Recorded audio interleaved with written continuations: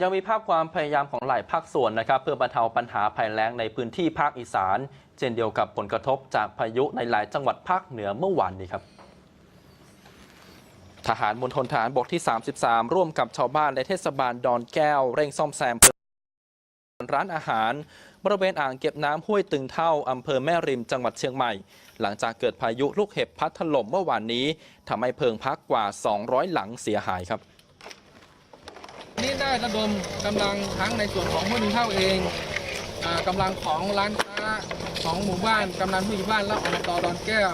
ของอำเภอแม่ริมนะครับ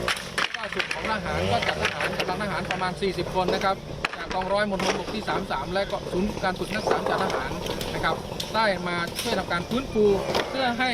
ได้ทันกับการรองรับเทศกาลสงกรานต์ที่มาถึงครับนายไพรินทร์ ลิ่มเจริญหัวหน้าสำนักงานป้องกันและบรรเทาสาธารณภัยจังหวัดเชียงใหม่เปิดเผยผลสำรวจเบื้องต้นว่ามีบ้านเสียหายกว่า100 หลังใน6อำเภอนะครับส่วนใหญ่เสียหายเล็กน้อยจึงประสานให้ฝ่ายปกครองในพื้นที่เข้าช่วยเหลือเบื้องต้นและแนะนำประชาชนตรวจสอบบ้านเรือนให้แข็งแรงเตรียมรับพายุที่อาจจะเกิดขึ้นอีกครับเช่นเดียวกับที่จังหวัดน่านนะครับเกิดพายุพัดถล่มในพื้นที่อำเภอเมืองน่านภูเพียงและทุ่งช้างโดยเฉพาะถนนสาย 101 น่านท่าวังผามีต้นไม้ล้มบริเวณหน้าสำนักงานแขวงทางหลวงน่านที่ 2และช่วงอุโมงค์ต้นไม้บ้านหาดปลาแห้งทำให้รถติดยาวนับ10 กิโลเมตรนะครับเจ้าหน้าที่นั้นต้องเร่งเปิดเส้นทางนอกจากนี้ยังมีบ้านพักอีกไม่ต่ำกว่า20 หลังนะครับที่เสียหายและอยู่ระหว่างการซ่อมแซม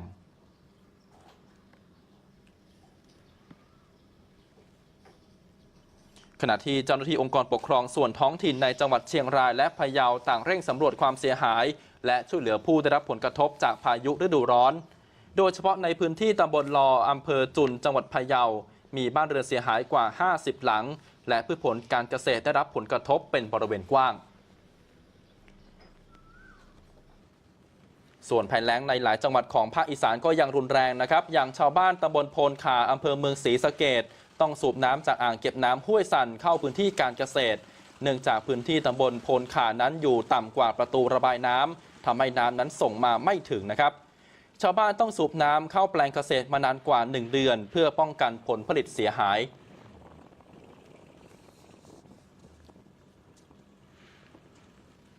ส่วนทหารหน่วยพัฒนาการเคลื่อนที่ 56 จังหวัดอุบลราชธานี